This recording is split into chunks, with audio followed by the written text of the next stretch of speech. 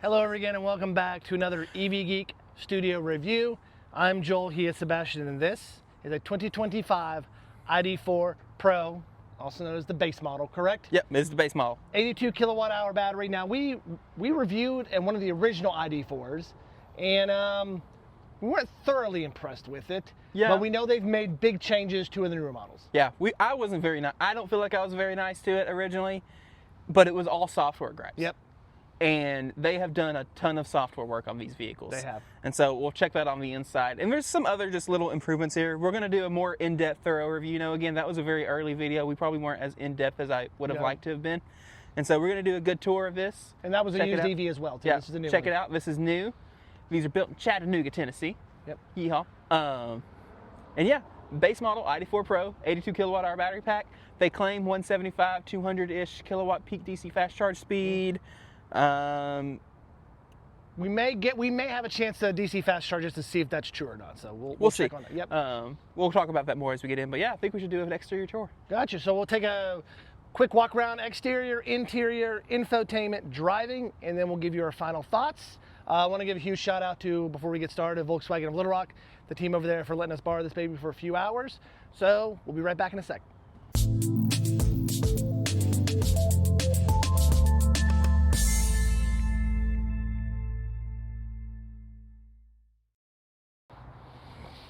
All right, like always, Sebastian, let's do a quick walk around of this Volkswagen ID.4. Yeah, so again, this is the ID.4 Pro base model.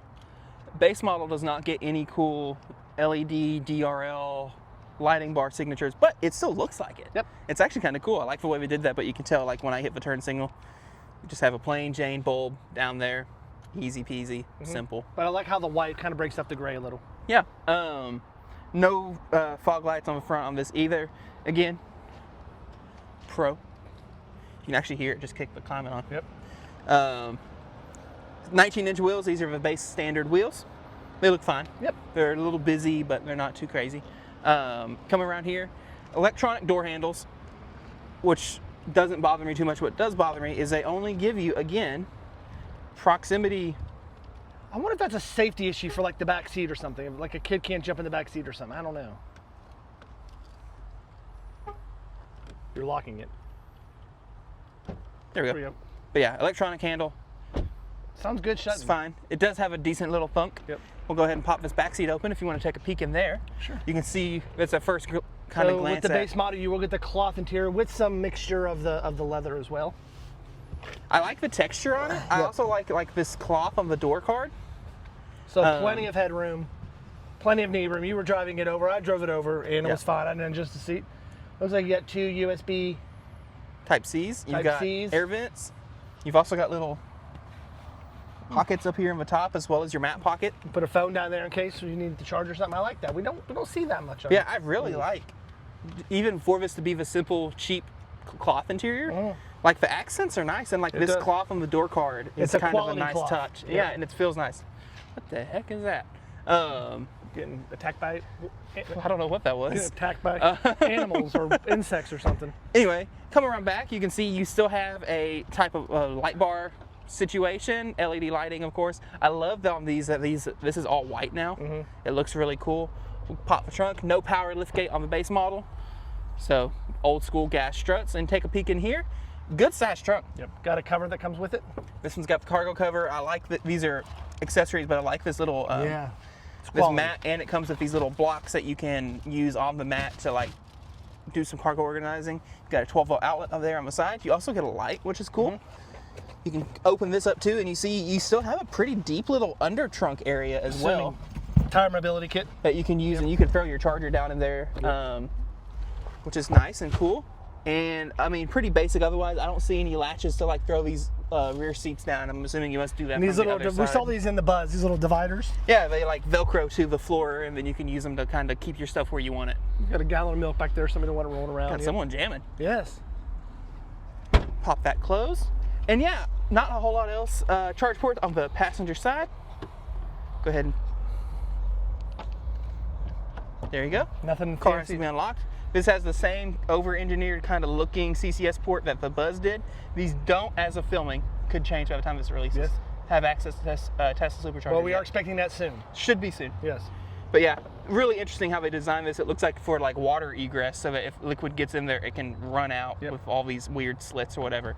Again, VW says 175 to 200 kilowatts on their website. I don't know why they don't just say a number. Why is it 175 to 200? Anyway, that's their claim. Pop that close, and it does lock. And yeah, only thing I don't remember, does ID.4 have a front trunk? I want to say no. Let's find out together. Yeah. Very cool front grille. As you can see, you can really see that white accent that goes the whole way around and over around the lights there. Sebastian has just popped the frunk. I love filming over here next to a Porsche dealership. Yes. Because everyone comes absolutely ripping through here. No front trunk. Ow, that is warm. Bunch of mechanical stuff. 12-volt battery with a bunch of cables coming off of it. The only thing you need to really worry about is your washer fluid right there. Yep. So, yep. Gonna do that for a second. But yeah, cool. Yep. That is a chassis brace. Yeah, it is. That's holding that in there really well. Gum. All right, so we're gonna head on in. We'll do a quick tour of the inside, infotainment, and then get it out on the road here. All right, first thing we notice when we get in this car is this really cool orange Volkswagen bottle, brand new bottle. I doubt it comes with the car. Don't know if it's for us, but it may come with the car. So, all right, Sebastian, give us a tour. Yeah, so ID.4, it feels pretty similar to what I remember. This is different, which is good. Yes. Because that was the biggest problem on the old car. We'll talk about it in a second. Look at your general layout here. You've got your 2 cup holders here. You have a little pocket here. You have a wireless phone charger, even on the base model, as well as 2 USB-C ports. You can pop that open. You got your center console. Pretty decent size, actually. And close that up. You've got, this is all kind of that harder plastic material, kind of what you would expect, especially on a base model vehicle. You got piano black up here, which I don't love, is what it is. Again, I really like the cloth, honestly, not that bad, and they're heated. However, manual seats on, all the seats are manual. Yes. Which, like, I know it's a base model, but the driver's seat should be power.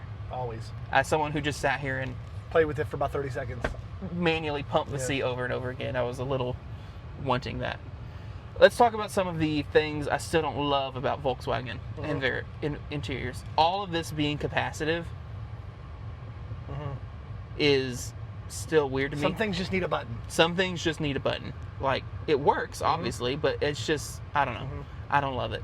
The screen looks bigger in the newer models, too.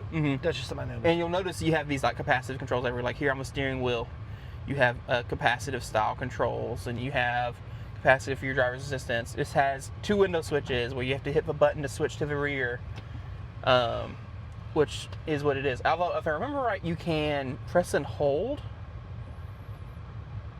and it will flash. So that if you switch to rear, it will automatically switch back to the front. Okay, cool. I don't know why it doesn't just do that by default, but I digress. So yeah, let's look at infotainment. So this is pretty similar to the ID Buzz, which we were both fairly impressed with the ID Buzz. So this is your home screen. So you've got your mapping, you've got your little voice assistant up here, and if I remember right, yeah, these are also just like vehicle notifications. Cool. You've got your media, you've got charging, you know, just kind of basic stuff. You can come in here, you have your little app drawer, so you've got your phone, media. If you're connected to CarPlay, it comes up there. So wireless CarPlay? Wireless CarPlay, yep. And you've got your drive modes and all that stuff. I want to come back home.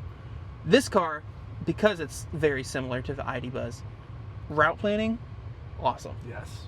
So like, don't have to have any features to buy data or nothing. It just does it for you. So like if I come in here and I search, I want to go to, or we already did Austin, Texas. I want to make sure it's trying to get something new. We're going to go to Fort Collins. Why not? Go see Kyle, even though he's not there anymore. Fort Collins, Colorado. Yep. Start, calculating route, and watch how fast. Multiple necessary Boom. Boom. Please follow the road for 500 Swipe feet. over. He wants us to start. We're going to charge in Conway, at a Ford dealership, a Pilot Flying J. Oh. The charging stops on your route have been updated. Okay. Nice. And you can see here it's saying 35-minute stop, and if you click on the stop, it'll give you more details. We're going to get there at 27%, charged to 68. Yep. It also... The charging stops on your route have been updated. I guess it does stuff in real time too, which is cool. But yeah, so I mean, just the speed at which it does that is really impressive to me. And you can come in here too, and you can actually adjust settings for the route planner. Like say, I want to get to chargers with 10 miles of range remaining, down to 5, up to 50, put it back on 15. I want to get to, or sorry, that was destination. Charge stops at a different amount of range. Super nice. You can say whether or not you want it to prefer EA, because EA is a Volkswagen thing. Do you want to automatically precondition the battery while on route? Show range on map too. That's cool. And to show your range on the map. Like, really, really good route planning in here. So I'm gonna go back home. Let's talk about charging now, since we're here. So I like how simple this is laid out. Right now we're at 39%, 95 miles range. You can adjust your charge limit down to 50%. You can adjust, of course, up to 100%. It does warn you, 80% recommended. Put it back at 80. You have your optimization here, where you can, if needed, on-demand precondition the battery. Love that. It's telling us right now if we went and plugged in, we'd only get 138 kilowatts. I'm assuming that just is the natural curve at 40%, which doesn't sound awesome. But none of those stops on that trip look too terribly long, so it's probably ultimately fine. You can also come in here, you set up your safe charging locations. Also, like, you can set this up to where if you set that charge limit to 100%, once it finishes charging, it'll automatically drop it back down to 80. Cool. So you can't forget about it. You can also reduce your AC charge current and whether or not you want it to unlock the charger when it's done. Come back home. We'll come in here, have a menu, talk about, you've got your vehicle settings. Let's see what's in here. You got your lights, tires, headlights, brakes. Doors open and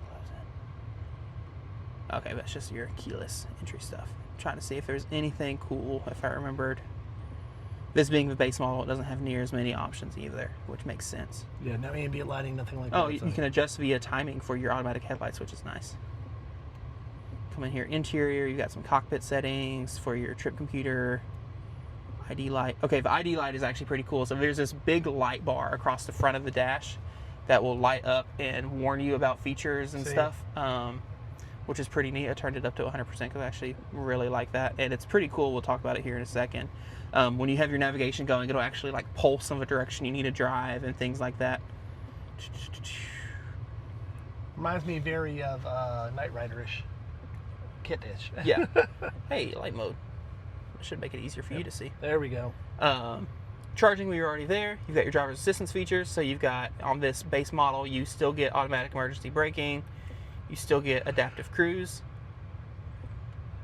You still get blind spot and lane change assist. You have speed warning. You have lane keep. Nice. Accidentally hit the phone button. Didn't mean to do that. Come in here, your drive modes.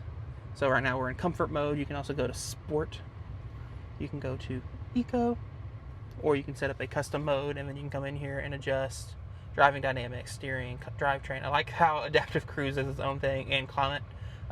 Also, like, it automatically refactors your range based on drive mode. So like in eco mode, it says 98 miles.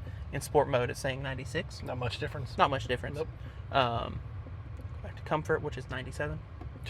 In between the In two. between Shocker. the two. Shocker. Swipe over. You have you have ambient lighting in here. Oh, I didn't think you did. For this to be a base model, that's impressive. I'm going to sweat it to vitality because I always like the yellow in these Volkswagen cars. You can also do custom. You can change your own little, set your own little profile. Cool. Go back to vitality. Home. What else we got in here that we think is important? Oh yeah, you have IDA. IDA is actually kind of really cool. I'll speak to it first, Joel. Okay. And then I want you to speak to it. Okay. Hello, IDA. Set the temperature to 70 degrees. You can see it lit up on my side of this dash. I'm setting the temperature in the left And it set my side of the car to 70 degrees. And as you can see, mine is now 73. So now if I say, hello, IDA, set temperature to 71 degrees. All right, I'm setting the temperature in the right front area to 71.0 degrees. So it recognizes where the voice is coming from. And what was really cool is earlier, I said that, and you started trying to talk to it while I was in the passenger seat, and it completely ignored you. It was only listening to me, even though you were talking at the same time as me. It was like able to differentiate between where the sound was coming from. I thought that was really cool. I generally think voice assistants in cars are a little silly, but that's good integration. Yes. I like that. Let's see. I don't think there was too much else to talk about here. You do have your parking menu, so you get your parking sensors. This does have just a rear view camera with front and rear sensors. You can come in. Let's see. Anything else? You've got your climate menu. We can jump in here real quick. We haven't talked about too much. So this gives you the ability you can turn. Anyway, you have your auto mode. You can also do smart functions, which is cool. So it basically gives you like a little quick. Oh, I want my feet to be cooler. I want my feet to be warmer. Things like that. You can also see these are grayed out because it says it's obviously hot enough outside, but it's 88 degrees. You don't need warm feet. That's right. Or quick heating. And so that's kind of neat. I like how you can do that. You can also come in here and you can do more filtration. Mm-hmm. So it sounds like it automatically put it in recirc, things like that. You can also hit AC max, which drops the temperature all the way down, cranks up the fan. Yep. Good stuff. You can also set your sync here. You've got your where the air's blowing. And I'm just going to put it back in. Auto. Oh, I thought it was auto. You're already in. Okay. Anyway, pretty basic little climate menu. Not a whole lot going on. This one doesn't have, as many options, but it does have heated seats. This car doesn't overwhelm you with tech features. Right. Which some people like. Also, like, you can swipe down from the top here, and you have quick toggles for like things like brightness. You can quickly go between light and dark mode. Kind of cool. And you have little things like immediate climate. Neat. So yeah, not a whole lot else software-wise. This gauge cluster screen is not super configurable. You can essentially go between this view, which has your driver's assistance on the left, route guidance on the right, speed in the middle, or you can do just route guidance. Oh, okay, this is giving me more than it was before. Trip. You can swipe over to the left and have your driver's assistance view, or you can hit that and have basically just your speed. Just generic speed, yep. And it's interesting, I can very clearly see that there are indicators that you could go up and down with this, but they don't do anything because there's not any need. Kind of cool. And yeah, I think at this point we should get our camera set up, go take it for a spin. Let's get our camera set up and take it for a spin. Okay, we are out on the road now, getting ready to get out on the big road. So Sebastian, I know it's been probably over a year since we've driven an ID.4. What do you think? Yeah, so the new software is a huge improvement, and really helps kind of the overall feel of the car, right? Especially since they're doing the whole iPad glued to the dash situation here. And so yeah, it working as well as it does now, especially compared to that early car, huge improvement. Really helps. I mean, we have to realize we drive a lot of EVs. We don't usually drive EVs that drive bad. Right. So driving-wise, they're all pretty good. I mean, yes, they could be a little bit louder than some others, but for the most part, they drive good. The main part we like looking at is the infotainment and software, because that's where a lot of this stuff, that's where you get a lot of the distinctions. As this car's up here throwing rocks off it, so. So do you feel like you have enough room over there, or do you feel like it's more? Yeah, no, I've got good room. It took me a second to get comfortable because, again, no power seats. But no, it feels fine. I'm trying to figure out driver's assistance. It says travel assist, semi-automated, or what did it say? Semi-auto drive assist. Set. There you go. I see the green lines. We got my green lines. We're setting a speed. We are following distance. It's showing us cars around us. I'm actually going to click over so you can actually see that.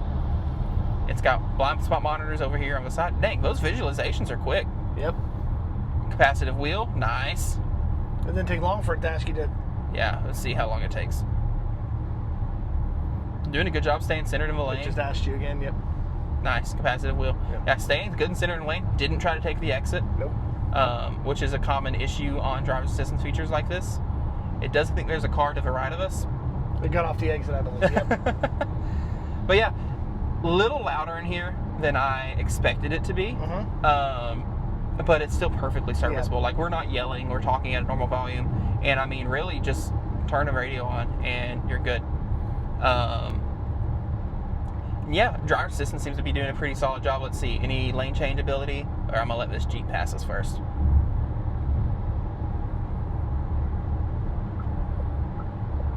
Auto lane change.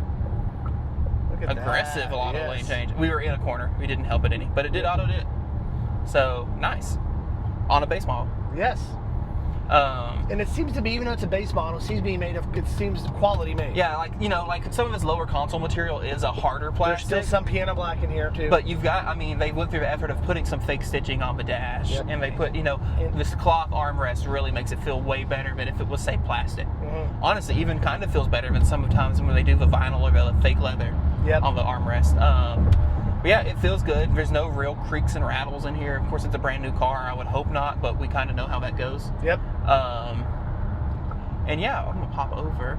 We are now at 37%, and I'm just curious. 147 kilowatts. So it is inching up. So okay. Inched up, yep. Cool. And it still says we are at optimal quick charge potential. But yeah, driver assistance is honestly doing really, really well, especially for it to be the base model car. Yep. One thing I don't know that we've talked about yet is price. So yeah, this is listed for, let's find out. So listed for, with the XPEL protection package, this car is $49,000. So MSRP is 47? 47,261. It's pretty high. It is. As of right now, you could get it for under, and that we don't know if they're doing any dealer rebates or anything like that too. So, I think they have this listed on their website right now for 40. 40, okay, got you. 40 is not bad. Nope. Especially for a well-built German car. Yep. Because this, is a pretty well-built car, and it's Chattanooga. Yeehaw. It does qualify for EV tax credit, I believe, or not? Don't remember. Okay. I think the answer is no. Okay. But yeah, it's comfortable. The base model sound system was fine. It's not anything amazing, blow you away, because it is the base system, but perfectly serviceable. It's far from the worst thing I've ever heard. No, we've heard some bad ones. And that would help drown out some of the road noise that you do get in here, just because it's... And that's why we notice road noise more on these reviews, because we don't have the radio on. Right. We're not talking on the phone, so that's how we notice a little bit more as well. Right. But yeah, this thing drives well, dude.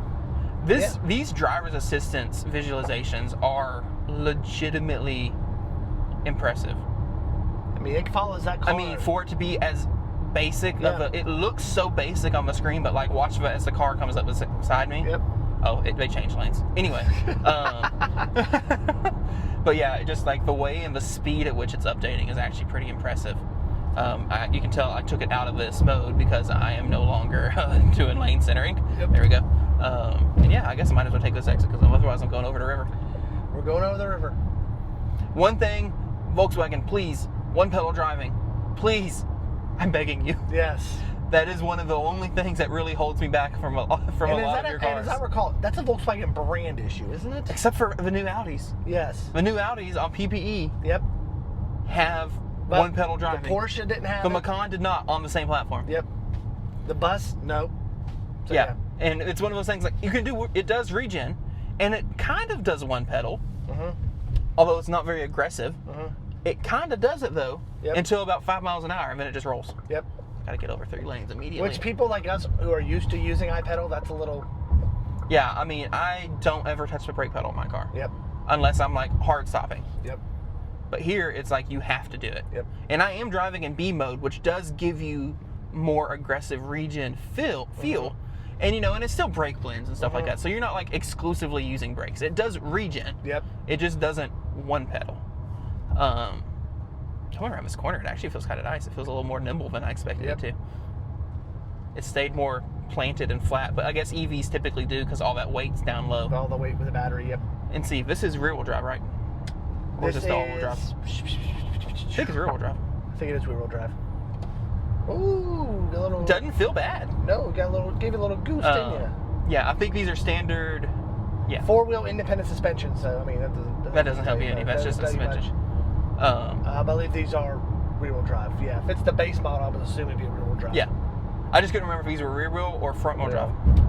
If you know, put it in the comments. Or I'll put it at the bottom of the screen. Or he'll drop in a little text for that. Yes. But yeah, overall, way better. Way better than way better. Way better than what we drove. I remember the ID.4. That was one of the first reviews I think we almost did when we started doing car reviews. And I couldn't get that. I remember I couldn't even get the ADAS to work. Yeah. I was from halfway through the review, the screen just stopped working, reboot itself. So kudos to Volkswagen for major upgrades on the software with these cars. Yeah. So we're going to head back down to Volkswagen of Little Rock. Be back there in a few minutes, and we'll give you our final thoughts. All right, we have safely made it back to Volkswagen Little Rock. Sebastian, final thoughts. Yeah, so ID.4. Thank you for completely blocking me. So the ID.4, I mean, I'll remember it drove well when we drove it before. Mm-hmm. It's still a good driving EV. Mm-hmm. It has good power. It feels nice. You know, it's very smooth. I need Volkswagen to add one pedal. Yep. You know, having this whole, it'll do regen, and you can let off the throttle, and it acts like it does one pedal until about 4 or 5 miles an hour, and then it just rolls. It just rolls, yep. It's like, I need you to just come to a stop. Like, you're so close. Yep. Anyway, software, huge improvement. Mm-hmm. Makes living with the car a lot better, and it does wireless CarPlay too as well. So that's which is a make or break for some people. Yeah. Also really appreciate having the ability to come in here and on-demand precondition, and the fact that it tells you what it says, what it thinks it will pull at a charger. Yeah. So right now at 34%, it said we pull 157 kilowatts. Yeah. So which is not great, but it's average for what's out there right now. Yeah. So. And so yeah, and I mean, and even when we did our route plan, it was like 30-minute stops at usually is kind of what it seemed to be targeting, which is fine, honestly. Yep. And so yeah, seats are comfortable. I really don't mind the cloth even on this base model. I like that base model still has heated seats, no heated steering wheel, but that's okay. I wouldn't expect a base model to have that. Has the full driver's assistance suite, even base model, and it worked pretty dang well. It did. I was especially impressed that it actually does auto lane changing. Pretty cool. Yeah, I would agree. This just feels better built than the original ID.4 that we rode in. Have to agree, huge software upgrades. It's that is what was keeping it, held back was the not so good software in the early models. But yeah, I think that's it for today. But before we go, let's have it. Tell us a joke. Hello, Ida. Tell me a joke. Why does a chicken coop have 2 doors? Because otherwise it would be a sedan. It's really stuck on that joke. It's really stuck on that joke. We want to thank y'all for joining us on another EV Geek Studio review. As always, don't forget to hit that subscribe button and notification icon so you'll know when new reviews come out. And we will see you again on another EV Geek Studio review. So long, everyone.